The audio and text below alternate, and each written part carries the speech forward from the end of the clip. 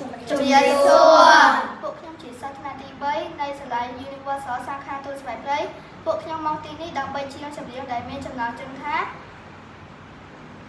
សុជីវធម៌តាមទីសាធារណៈលំនាំបទកន្ទប់ម៉ែមួយសូមស្ដាប់ដូចតទៅអើមិនអើយប្រស្រីត្រូវចេះគួសំរៀបទាំងអើមិនអើយប្រស្រីត្រូវចេះគួសំរៀបទាំងមិនត្រូវថាឲ្យរៀបបាំងឬក៏ចំរៀបស្ត្រីវិតីពួរមិនត្រូវដែ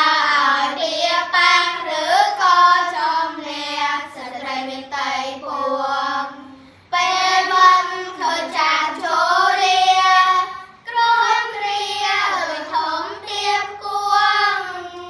ពេលមិនឃើញចាស់ចូលរៀក្រោយគ្រា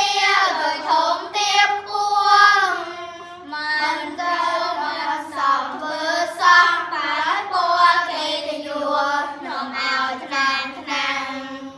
បានពណ៌មិនសំធ្វើសំបានពណ៌គេទៅយួរនាំឲ្យថ្នាំកុមារាកុមារីគ្មានខ្មៃរីរៀបទាំងកុមារាកុមារី